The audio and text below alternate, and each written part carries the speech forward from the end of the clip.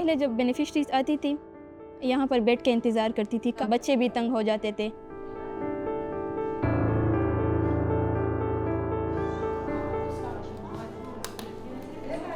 DOH के under ये programme है, बेनज़ीर नशोनुमा प्रोग्राम।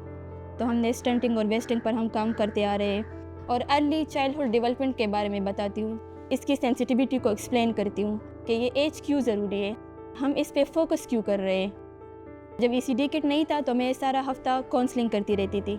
अब जब ECD किट आया है तो एंगेजिंग ज़्यादा हो गई है, उनकी इंटरेक्शन हमारे साथ भी ज़्यादा हो गई है।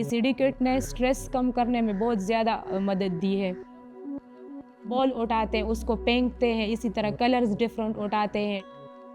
ECD किट के साथ हमने बच्चों को डिफरेंट लर्निंग टॉयज़ के साथ इंगेज किया होता है, तो माएँ जो है वो थोड़ी देर के लिए यहाँ पे रिलैक्स टाइम गुजार लेती हैं। तो जब वो खेल कूद में हम इनको एक अच्छी मेमोरी देने की कोशिश करते हैं।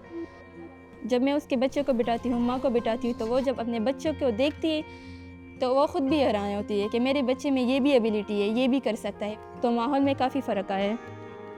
तो ऑफ़ कोर्स एक ऐसी माँ जिसको इन चीज़ों के बारे में पता नहीं है और एक ऐसी माँ जो यहाँ से ट्रेनिंग लेके गई है, तो दोनों में बहुत बड़ा फ़र्क होगा। ये बहुत अच्छी एक्टिविटी है, हर एक बच्चा इससे फैसिलिटेट हो जाए।